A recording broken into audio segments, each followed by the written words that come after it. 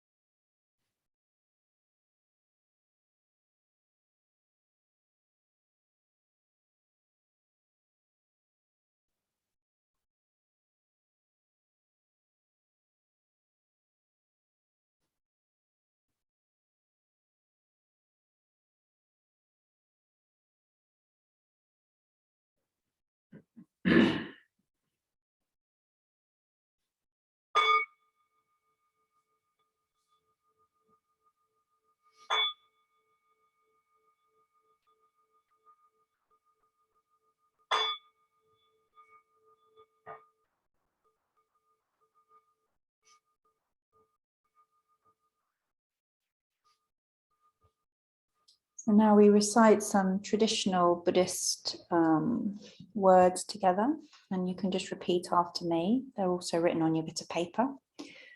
First of all, we recite the refuges. Refuge is central to Buddhism and allows us to lean into something. And we lean into three things, which are the things here on this list: the Buddha, the teachings of the Buddha, and the community of the Buddha. So please repeat after me. For refuge, I go to the Buddha.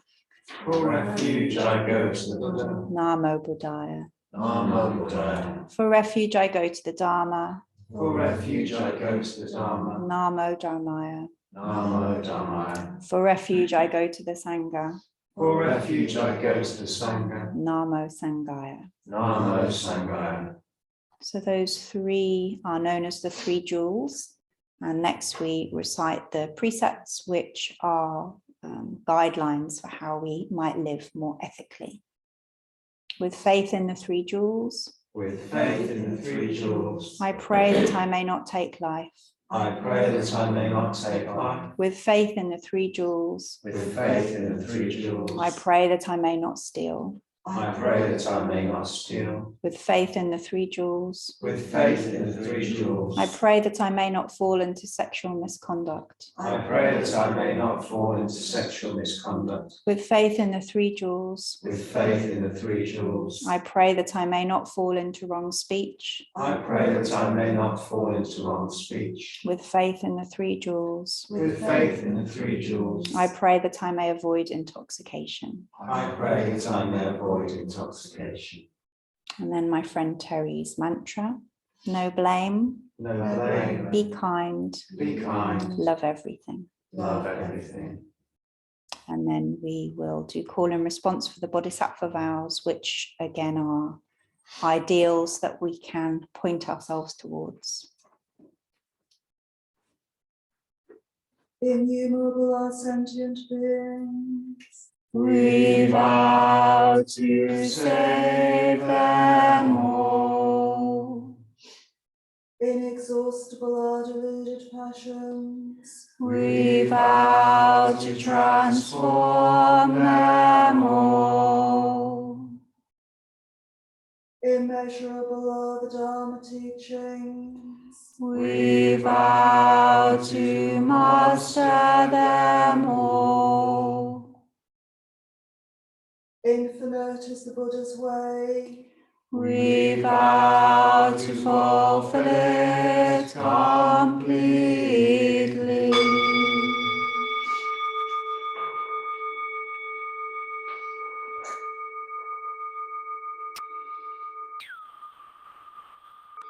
Namo Meetabu. Today somebody asked me what Buddhism was, which I thought was an excellent question. Completely stumped me.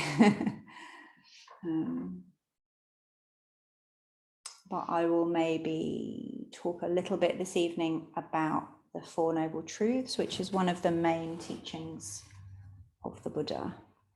And to illustrate it, I'll talk about my friend Angus, who's very much on my mind at the moment. He's also known as Uncle on Hunger Strike, and he's on day 3 today of his hunger strike outside Parliament. And his intention is to continue for as long as it takes. His demand is that the people in government who have power to make decisions and the public have a consultation with someone like Sir Patrick Vallance, who is a member of SAGE and knows a lot about climate science. Boris Johnson met with Patrick Vallance before COP26, and it was seen to be the conversation that shifted him before the meeting and kind of helped him to get the gravity of the situation. So it seems like an entirely reasonable demand to me, but we shall see what happens. So yes, he was outside in the rain all day today, had some good conversations, and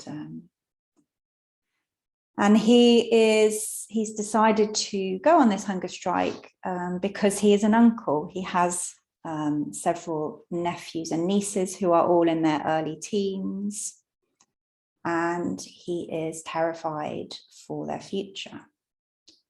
And this is the first noble truth, is that we suffer, that things happen that cause suffering, and that we can't avoid that suffering, that we might try all kinds of different things to get around it or to push it away or to protect ourselves, but there is an inevitability to that suffering.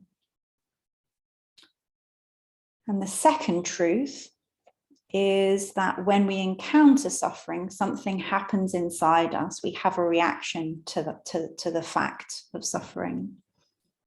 And in Angus's case, he has had long periods of feeling despairing, of feeling powerless, of knowing the truth of what's happening and knowing that it will affect his nephews and nieces, but not having any idea about what to do, or not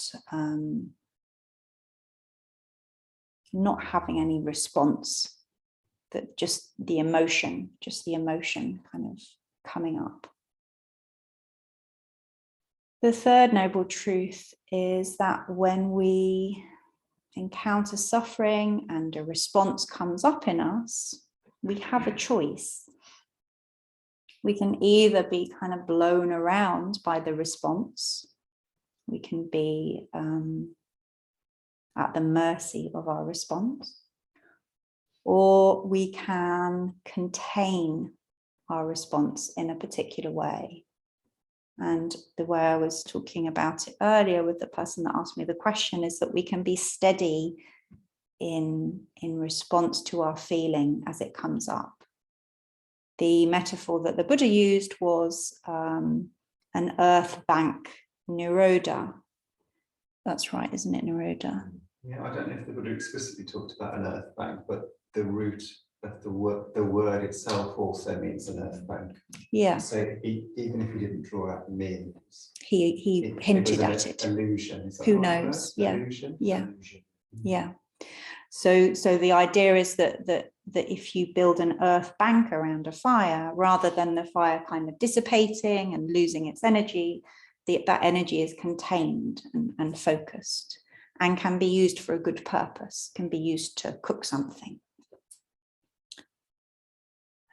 So that when we approach this arising of response from this steady place, we can direct our energy, we can make the choices that are the good choices, and we can go on to follow what the Buddha described as the Eightfold Path, which includes, you might have heard of it, I won't be able to remember them all, but it includes right understanding, right speech, right livelihood, right meditation.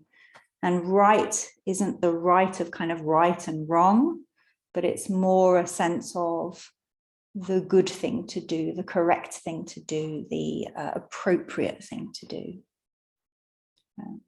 And that will be different for all of us. But in Angus's case, for him, the right thing to do is to take this hugely drastic action, and to do that in a very public way, to do something with that feeling that he is experiencing in reaction to the suffering.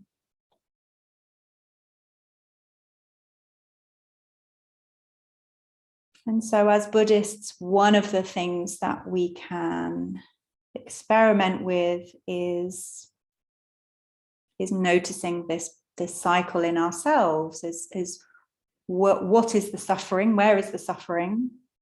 What response is coming up in me? How can I steady myself? How can I become more solid and less blown around? And then what might I want to do with the energy that has come up in me? And we can either approach it in a kind of a, I must try harder way. Sometimes that works. But we can also notice that when we are just feeling more settled or more relaxed, it's more likely that these things will naturally happen in us. They just go that way. So another thing that Buddhism can help us with is getting us into that state of just feeling a little bit more relaxed, a little bit less protected or anxious. And that process is quite a mysterious one. It's quite subtle. It works on us gradually. Many of the people in this shrine room have been in this shrine room many times before. So there is something that keeps them coming back here. There's some process that unfolds when we put ourselves in these places. And that it unfolds over time. And we don't even have to understand it. We just have to kind of know that it's good for us and trust that it's good for us. So, thinking of Angus and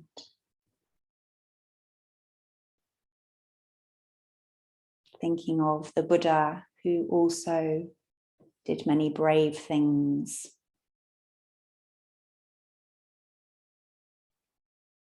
Whether we might be able to follow the example of the Buddha just a tiny bit.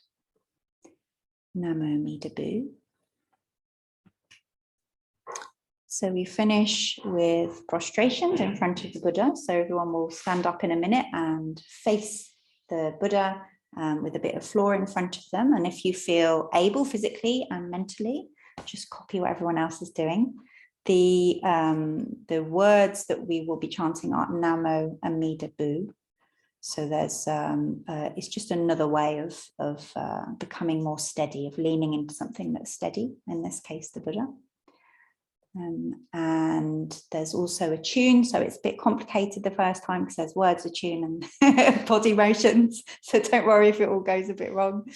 But the idea of prostrating is really, it's just a way for us to kind of just let go and relax and trust, take refuge in something that knows better than we do, and just not worry so much.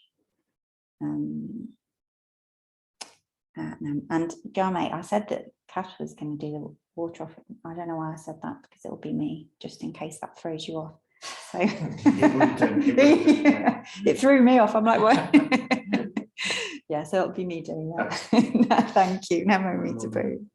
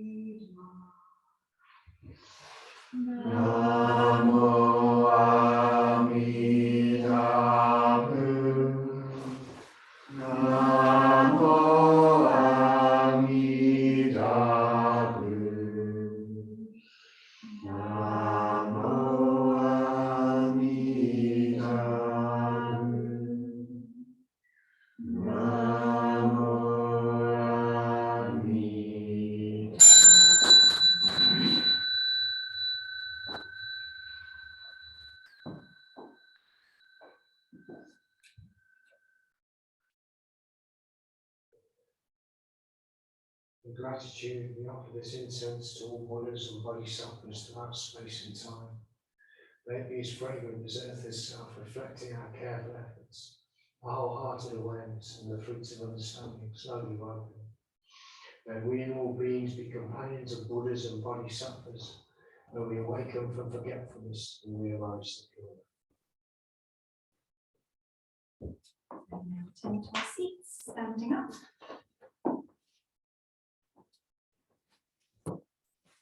And then we finish by bowing to each other. So I will turn this way and Casper will turn that way, and the rest of you can work out what happens. Who you bow to first. Oh, but that's not helped, has it? So if you bow to Angela first and then turn and bow to Germany. Yep.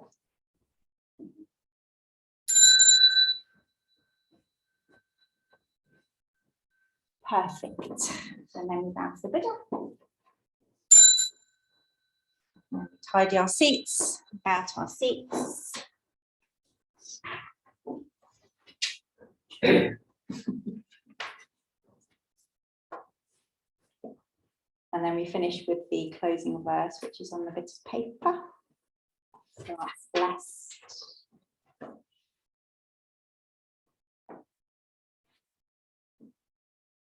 To unmute if you would like to. Blessed by Amitabha's light, may we care for all living things and holy earth. Namo Amida Boo. So some of you can have a cup of tea, and I'm going to say hello to Chris and Kate. No, Philip. No, Philip, no.